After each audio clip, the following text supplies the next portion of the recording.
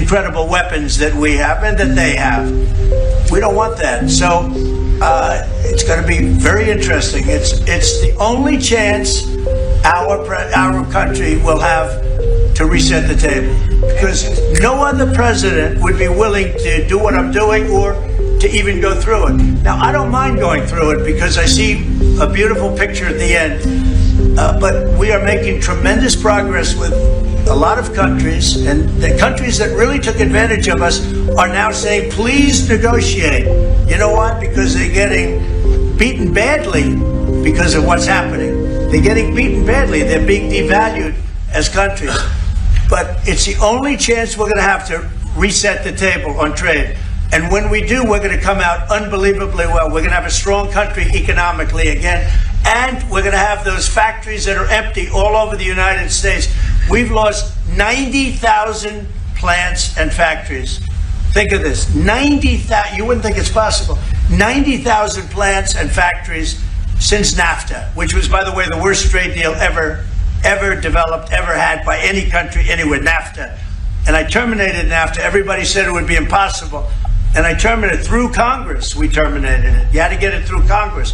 It was a trap. It was a horrible thing. And we got it done. The problem is they cheat. They cheat like crazy. Canada cheats. Mexico cheats. Just one of those things.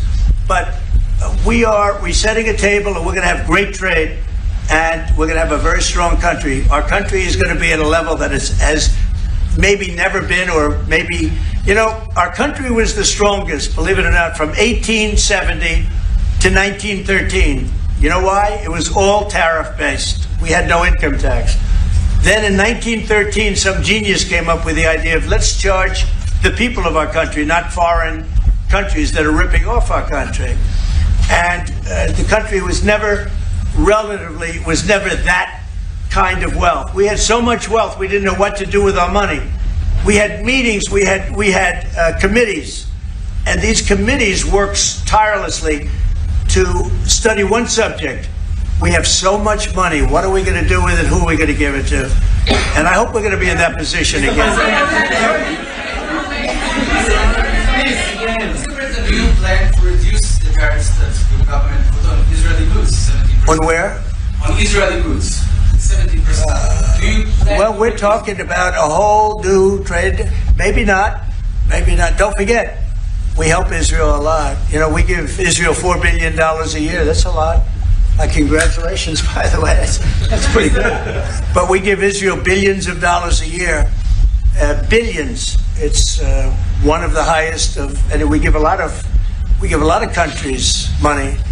You wouldn't believe if I said we give Afghanistan a lot of money. Do you? Because that was a Biden deal, another Biden deal. Not only did he embarrass us with that, but they give them billions of dollars, Afghanistan, right?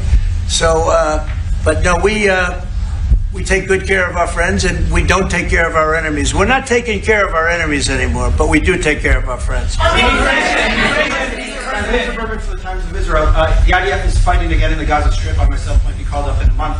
Do you think that's the way to pressure Hamas to get to a deal? And do you think blocking humanitarian aid is also an effective pressure? Well, you know how I feel about the Gaza Strip. I think it's an incredible piece of important real estate, and I think it's something that we would be involved in, but having a peace force like the United States there, controlling and owning the Gaza Strip would be a good thing. Because right now, all it is for years and years, all I hear about is killing and Hamas and problems. And if you take the people, the Palestinians, and move them around to different countries, and you have plenty of countries that will do that, and you really have a freedom zone. You call it the freedom zone, a free zone, a zone where people aren't going to be killed every day. That's a hell of a place. It's you know what I call it, a great location that nobody wants to live in, because they really don't. And when they have good living, real living, where Hamas and all of the problems they have, the level of death on the Gaza Strip is just incredible. And I've said it. I don't understand why Israel ever gave it up.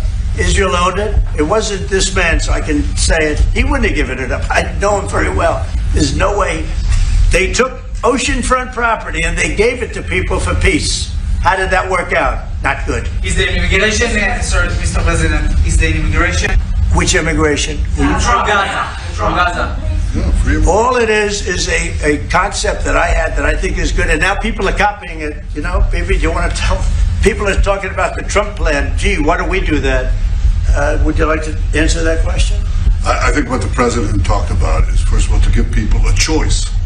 You know, Gazans were closed in, and any other place, including in arenas of battle. I mean, whether it's Ukraine or Syria or any other place, people could leave. Gaza was the only place where they locked them in. We didn't lock them in. They're locked in. And what is wrong with giving people a choice? Now, we've been talking, including over lunch, about some countries, I won't go into them right now, that are saying, you know, if Gazans want to leave, we want to take them in. And I think this is the right thing to do. If you give, you know, it's going to take years to rebuild Gaza. In the meantime, people can have an option. The president has a vision. Countries are responding to that vision. We're working on it. I hope we'll have good news for you. I will say people really do love that vision. It's a long-term vision, but so importantly is to have that be a safe field, because you're right smack in the middle of the Middle East. You're right along Israel. It should have never, ever been given away. It shouldn't have been given away by Israel. I don't know why they did it. I mean, I do know why, because they were promised peace, but that didn't work out too well, because it's one of the most dangerous pieces of land anywhere in the world. Gaza is one of the most dangerous places in the world. So they gave it away for a good intention, and it didn't work out that way. And a lot of people like my concept, but you know, there are other concepts that I like too, and there's some concepts I don't like. You know what I don't like? The way it is now, because right now it's a dangerous death trap, Gaza. Yeah. Thank you, sir. Can you talk a little bit about your potential meeting with Vladimir Putin? Do you still plan to meet with him? Could that happen in Saudi Arabia? And maybe you could elaborate as well a little bit on not providing tariffs on Russia, sir. So the reason we're not talking about tariffs with Russia is because we're not doing business essentially with Russia, because they're in a war, and I'm not happy about what's going on with the bombing, because they're bombing like crazy right now. They're bombing. I don't know what's happening there. That's not a good situation. So we're meeting with Russia. We're meeting with Ukraine. And we're getting sort of close, but I'm not happy with all the bombing that's going on in the last week or so. Horrible. It's a horrible thing. It's a horrible thing. Can countries negotiate to get below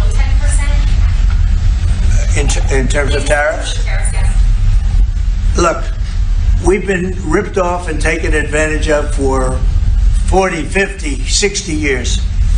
And the reason we got ripped off and the way they did it was tariffs. They would charge tariffs, massive numbers of dollars. And when you look at China, when I took over, it was at $507 billion they were making. I call it making. A lot of people say, oh, it doesn't mean anything. Having a surplus means a lot, in my opinion. It's almost like a profit or loss statement. And when I took over, it was $507 billion that China with. This is originally, first term. And we were very, very tough on them because they were taking that money and they were building a military with it. Then when Biden came in, he let them get away with murder. He had no idea. I'll tell you what, that man had no idea what was happening, whether it was the border or China or anything else. He had no idea what was going on. And they went wild. China went wild. And the money they make is ridiculous, okay? It's just not going to happen. And hopefully we'll get along with China. If we do, that's great. And if we don't, that's okay too. But we can't let that continue, because that's an abuse. They abused the poor people that sat in the seat. That poor Biden, he was abused by them. They took advantage of him. And I'm surprised. You know, they have smart people. They were radical left lunatics, but they're smart. I'm surprised they'd allow that to take, to happen. But we are going to bring great trade, and we're going to be fair to other countries. And I will say this, virtually every country wants to negotiate. If I didn't do what I did over the last couple of weeks, you wouldn't have anybody wants to negotiate. We would have gone to these countries, you want to talk? And they were, well, we don't want to talk. Now they're coming to us they're offering things like even Bibi, and this is unrelated because it's a different kind of a relationship, but he started off our conversation today that he's cutting all of the tariffs, he's cutting everything, he's going to get down